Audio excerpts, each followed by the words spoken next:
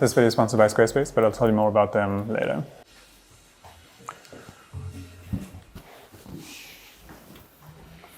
Websites that use artificial intelligence to generate images. The greatest crisis of the 21st century, the coming AI apocalypse, the battle between man and machine, the future to of art.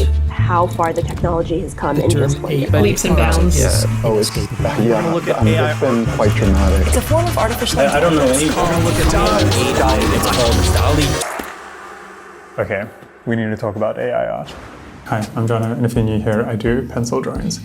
I'm also a traditional artist, and I think that distinction is going to become more important in future. There are a growing number of AIs that can generate incredible artworks from written prompts. The one getting the most spotlight at the moment is one called Midjourney. The way it works is you type something like flowers growing in the shape of a human, or a giant humanoid being growing out of the desert.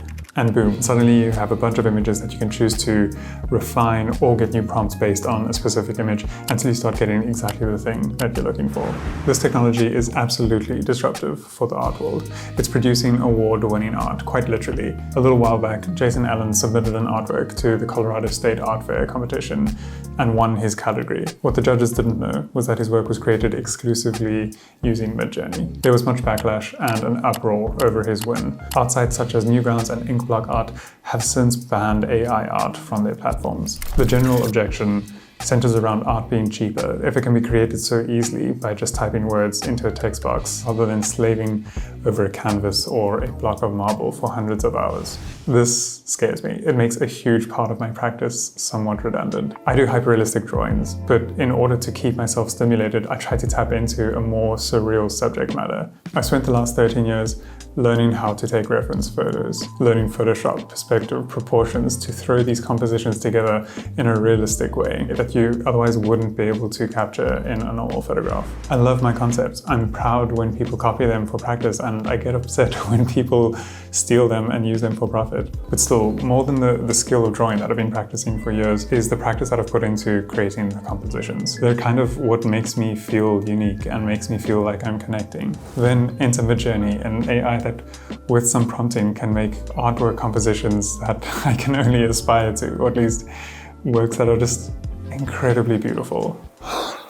My ego is so involved here. I feel like I've put in all this hard work, and now there are artists who get handed a technology that pretty much circumvents years of practice. I imagine painters felt like this when the camera was invented. Suddenly people who prided themselves on being able to capture the likeness of someone basically didn't have a job anymore because there was a piece of technology that could just do it so much faster and more accurately. It also reminds me a bit of when a chess program called Deep Blue beat the world's best chess player Kasparov at the time, and how that was kind of a sadness for people. It feels like something of what makes us special is lost, the ability to capture an image, or the ability to think about complexity and strategy, and now the ability to create an image that evokes emotion. The thing is though that the invention of the camera didn't actually destroy the medium of painting. It changed it by allowing us to accurately capture scenes and create new, more fantastic artworks. Deep Blue was just the first chess engine that allowed players who didn't have the resources to hire teams of people to study chess lines to compete on a higher level. I'm trying to remind myself that this is a tool that can help me just as much as it helps others. It might make some aspects of my practice redundant, but it also opens up space to create in a faster and more fluid way. The stumbling block that I keep falling over is if there were two artworks on a wall. Let's use Pachinksi's work as an example, something that for me just evokes a huge amount of emotion, somewhat ethereal and surreal. The other is a copy of a composition that AI created. I feel a connection to the artwork that Pachinksi made, and I feel like there's a rawness, an element of humanity in that. And to think that I could be moved in a similar way by something that a computer generated just with a couple word prompts feels like I'm being cheated. And that is terrifying. We might find ourselves with the choice between an artwork that was entirely created and composed by the human mind versus an artwork that was composed still at the hands of a human, but with the assistance of an AI and just copied with oil onto a canvas. And do we value those two artworks the same? It feels so strange to me to think that a computer can tap into an element of humanity that becomes hard to realize whether it was a human's hand that produced it or whether it was a computer that produced the image. And I'm not sure how I feel about that. Some people might not think this is that big a deal, and others might be scared for their career. But at the end of the day, we're all going to have to adjust, like we always have.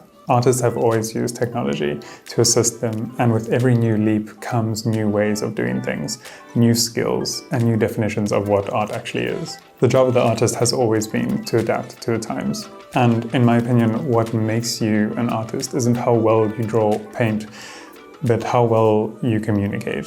And this technology can only facilitate that communication. I'm pretty nervous to have to relearn a bunch of things, but I'm also incredibly excited to see what we all start creating. Before I end this video, I just want to give a quick shout out to this video's sponsor, Squarespace. I've been working with them for a couple of years now, and they've played a huge role in my career, not only in helping me maintain this channel and sponsoring these videos, but more importantly, early on in my career, I was looking for a way to showcase my work and make it easy for clients and collectors to find me and get in touch with me. I also didn't have the time or the energy to learn HTML and build a website from scratch, so I was looking for an easy way to have a good looking website that just did the job. And I found that Squarespace did that effortlessly. I never had to patch or upgrade anything. I could register a domain with them or set up an online store, and most importantly, I could design a portfolio and show my work the way that I wanted to. Also, every time I got stuck, their amazing support team helped me out instantly. So if you're looking at building a website, give Squarespace a try. And if you decide that you love them, use this offer code and get 10% off your first purchase.